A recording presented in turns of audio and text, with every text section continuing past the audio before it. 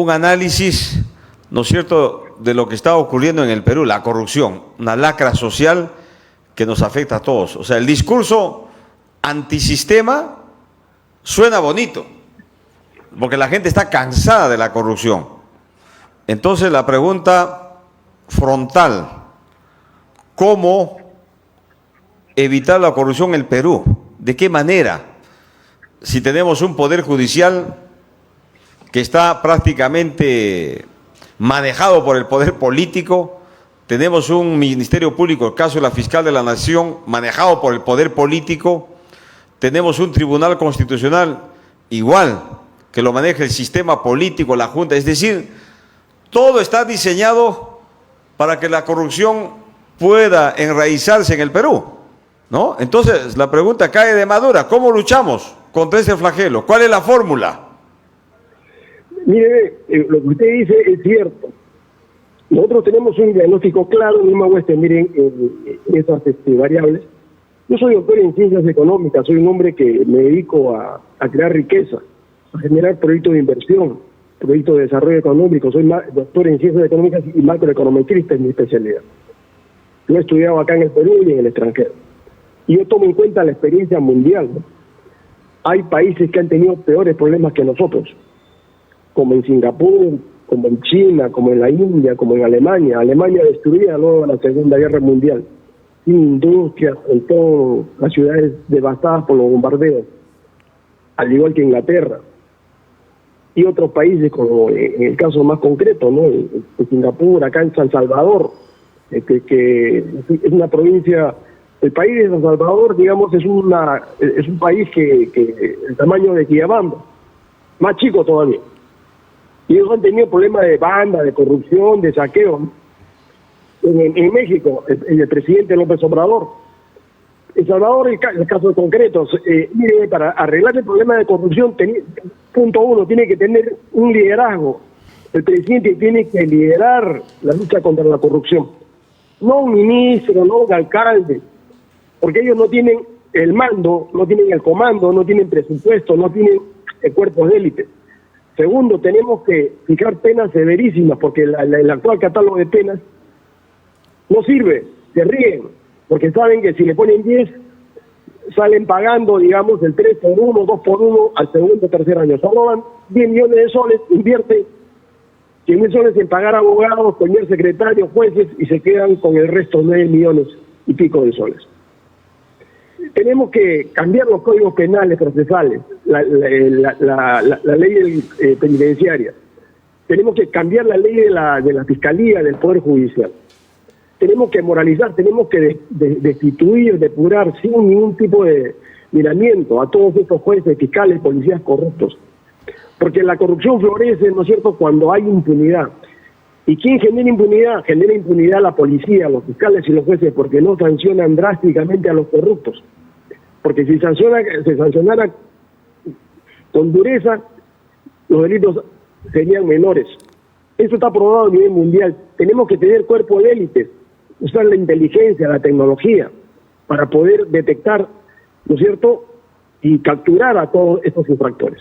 O sea, el problema de la corrupción no es un problema muy grave para un partido, para que un grupo, un movimiento, ¿no es cierto?, que quiera cambiar el país radicalmente. Por eso que nosotros somos humanistas radicales, no somos tibios, no somos políticos de media tinta, porque si no, no hacemos nada, ¿no? Si claro, pero doctor Ramón Ramírez, sí, parece, claro, la decisión que pueda tomar el Ejecutivo puede ser buena, pero sin embargo, el sistema democrático, el sistema político de nuestro país está diseñado precisamente para la corrupción. La corrupción, por ejemplo, si usted va a ser un candidato presidencial y usted gana las elecciones, no va a tener mayoría en el Congreso de la República.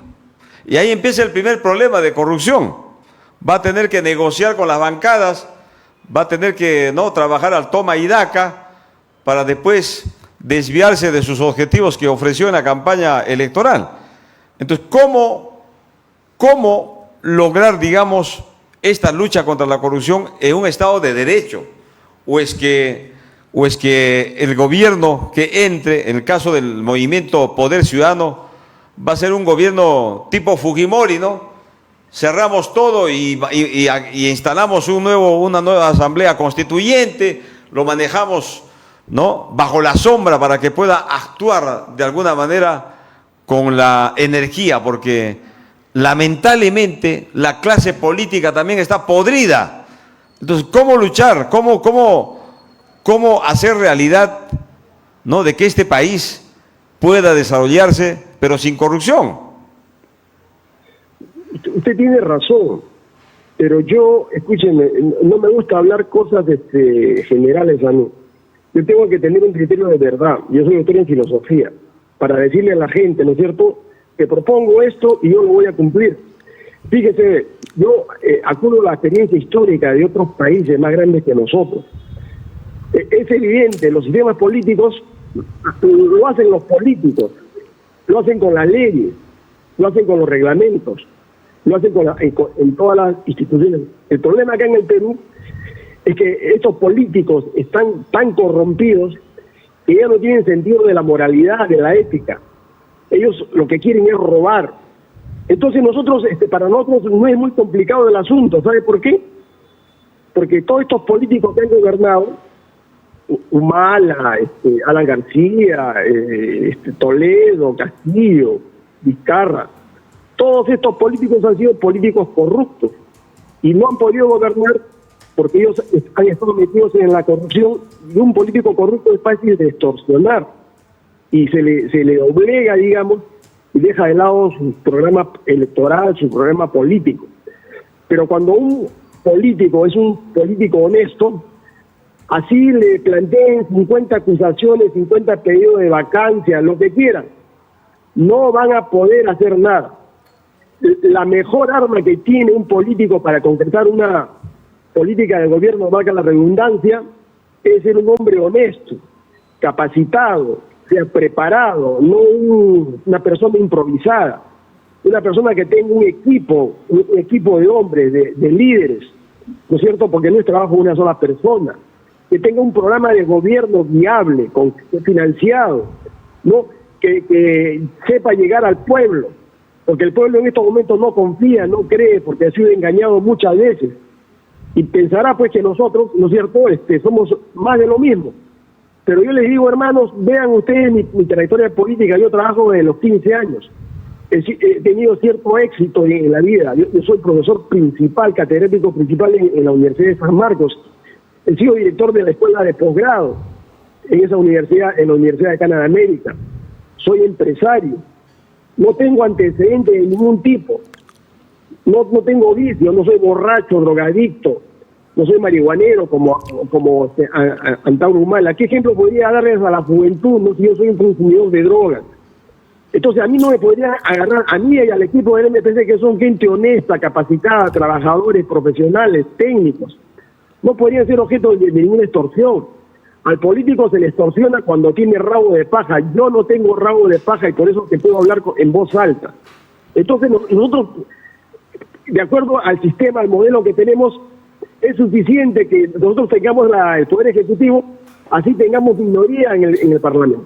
Lo óptimo sería tener una mayoría, pero nosotros no vamos a cubiletear, yo no voy a transar con ningún corrupto, yo no voy a hacer el toma y daca, porque no lo necesito, porque yo tengo facultades extraordinarias según el sistema legislativo, el sistema constitucional, para hacer una política de gobierno eficaz, desarrollar el país, generar en la sierra una gran revolución agraria, hacer obras públicas, generar empleo, 2 millones de empleos en 5 años, para generar, digamos, viviendas, programas multifamiliares, para irrigar, hacer irrigaciones. Doctor Ramón Ramírez, el movimiento, sí, para hacer un poco más dinámica la entrevista, déjame hacerle algunas preguntas.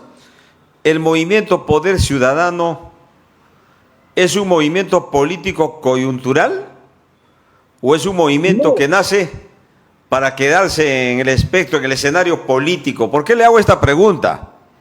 Porque todos ofrecen lo que usted está diciendo. Varios personajes que han sido presidentes nos han ofrecido lo mismo. Nos han dicho, yo tengo hoja limpia, yo soy una persona, bueno, está bien, usted es un catedrático, seguramente de una intachable trayectoria, puede ser cierto, pero insisto la pregunta, lamentablemente nuestro país, ¿no?, está sumido en no solamente en la miseria, sino también en la ignorancia y en la corrupción, por supuesto. Hay mucha gente que no le interesa la política. Hay muchos jóvenes que no le interesa un pepino la política. Entonces, ¿no cree usted que el movimiento Poder Ciudadano debería trabajar en la forja de valores éticos, de valores cívicos, ¿no?, de una reforma del sistema educativo? ¿Para qué? Para que el país tenga ciudadanía.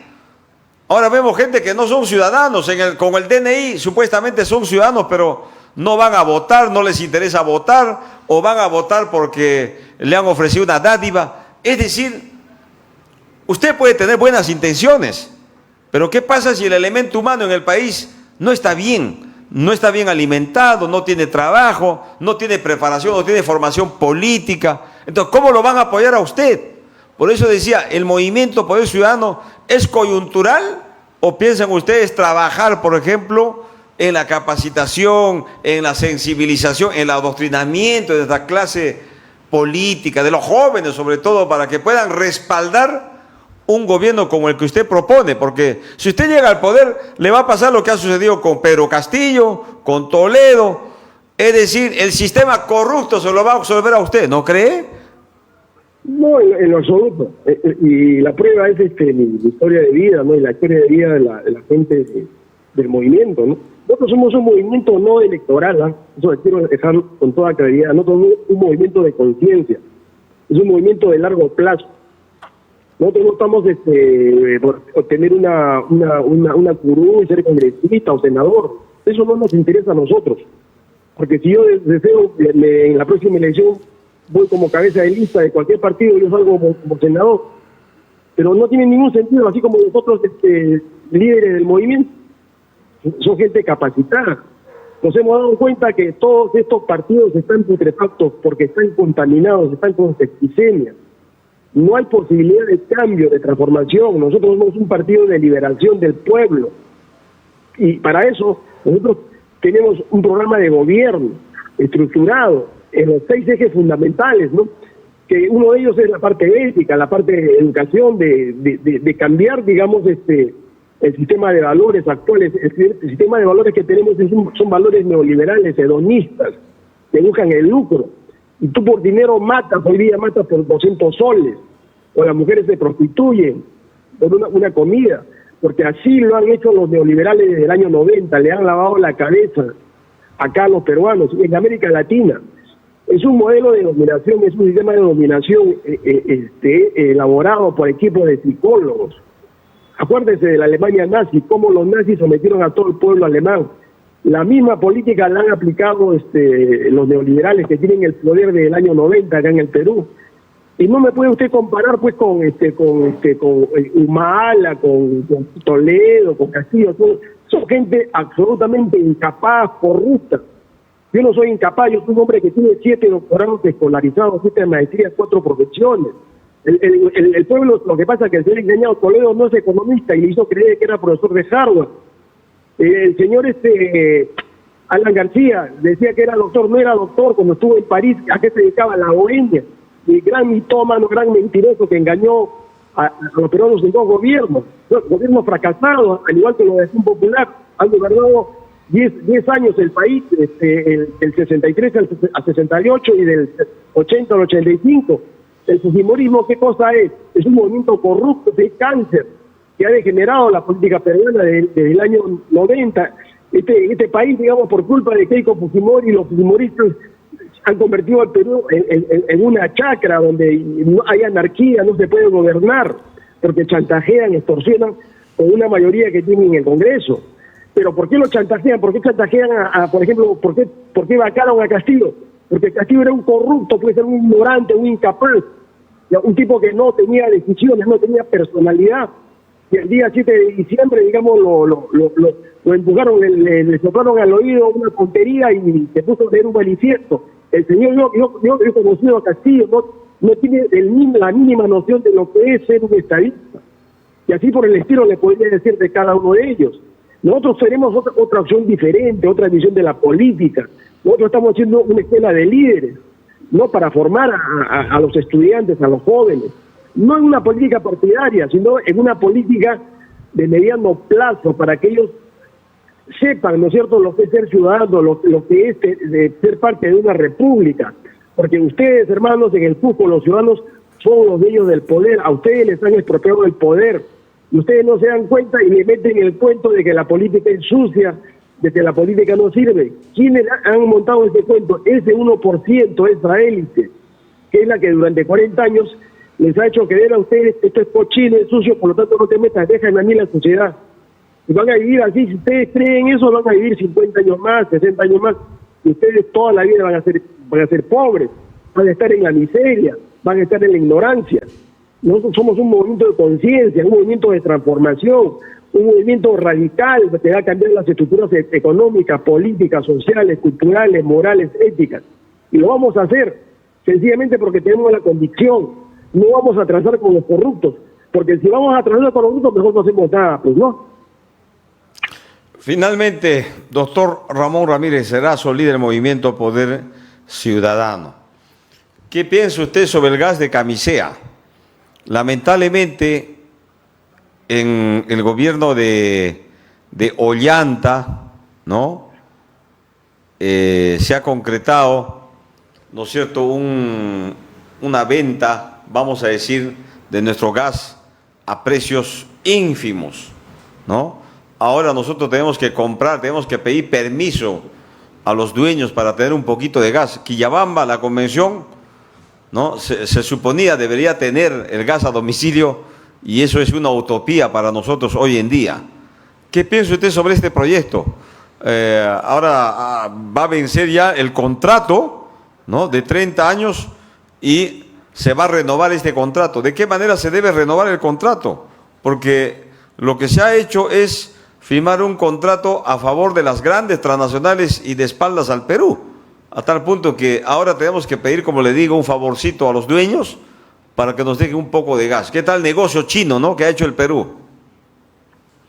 Eso es consecuencia, pues, de la traición, ¿no?, de la vendetta, ¿no?, de Humala, de Alan Castilla, de Toledo, ¿no?, que le regalaron el gas. El gas de Canicea era un recurso que la Shell había descubierto, y solamente lo que había que hacer, yo no había que hacer exploración, solamente poner ahí los tubos y tender los gasoductos a la zona de distribución. Pues no se puede comprender cómo esta gente antipatriótica, que no tiene sentido de patria, haya traicionado, haya engañado a los cusqueños y a todos los peruanos. Nosotros, fíjense, experiencia histórica, México en un año ha hecho gasoductos, ha hecho refinería, el gobierno mexicano. En Argentina han hecho gasoductos, Vaca Muerta, un yacimiento que le produce a Argentina casi la tercera parte de sus exportaciones. Acá lo que ha hecho el Perú, le han regalado con los contratos ley, por eso que nosotros somos partidarios de anular esta constitución fujimontesinista, que es el instrumento de la corrupción y del saqueo del Perú. Son más de 450.000 millones de dólares que se han robado del año 90, queridos hermanos. Date cuenta, esa plata se debió quedar en el Perú. Se han llevado los minerales, se han llevado el gas, se han llevado todos los recursos al extranjero y le han dejado migajas a los peruanos. Entonces, este problema de gas es fácil de solucionar. Existe inversión, hay dinero, hay capitales en el exterior, hay tecnología. Y en el Cusco se puede tender un gasoducto que llegue hasta Puno y que dé una vuelta por Arequipa. Se puede instalar plantas petroquímicas para generar abono y usarlo en toda la tierra del Perú. Pero ¿qué cosa? ¿Por qué no se hace? Porque estos presidentes ladrones, ¿no es cierto?, reciben 20, 30 millones de dólares y entregan todos esos recursos a las grandes empresas transnacionales. Porque eso es una decisión política. Tú no necesitas acá permiso del Congreso, porque el presidente tiene poderes presidenciales a través de decretos de urgencia para hacer esos proyectos. Y tiene que ser, pues, un presidente patriota, ¿no? Un patriota que piense en el pueblo. se le solucione el problema de la comida a los peruanos, el problema de la vivienda, el problema de la energía, del gas, el problema de las pistas, el problema de la salud. Y eso es lo que nosotros vamos a hacer, esa es nuestra tarea, para eso estamos participando en política. Porque nosotros no vamos a estar pues en lo que ustedes están viendo actualmente, ¿no? En el Congreso, en el Poder Ejecutivo, en la Fiscalía, en el Tribunal Constitucional de Fujimorista. Eso parece una comisaría, un hilo de comadres.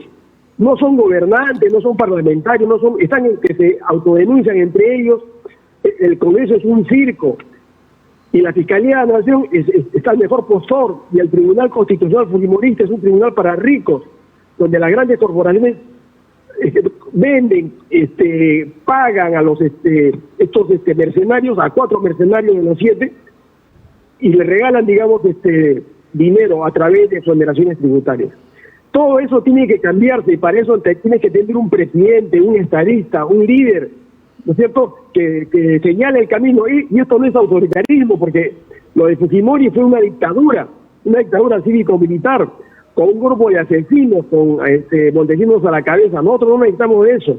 Nosotros vamos a usar inteligencia, vamos a usar la capacidad, el trabajo en equipo, relaciones internacionales con las superpotencias, que nos quieran acá a nosotros, ¿no?, ayudar, a cooperar con nosotros sin ningún condicionamiento. Muy bien, doctor Ramón Ramírez Erazo, líder del Movimiento Poder Ciudadano. Ha sido grato conversar con usted. Esperemos que no sea la primera. Ojalá que cuando llegue aquí a Quillama nos visite al sede TVQ. Buenas noches. Con todo gusto, y lo felicito por su programa. Veo que usted es un hombre muy leído, muy culto.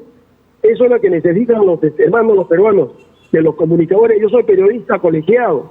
Tenemos que educar al pueblo, tenemos que decirle lo que es ser ciudadano, lo que son sus derechos.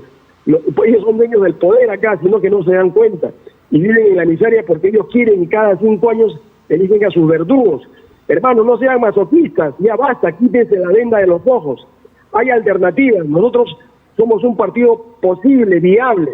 Tienes que creer en nosotros, hermano. Yo sé que tú no crees en nadie, pero tienes que creer. No tienes opción, hermano, en estos momentos.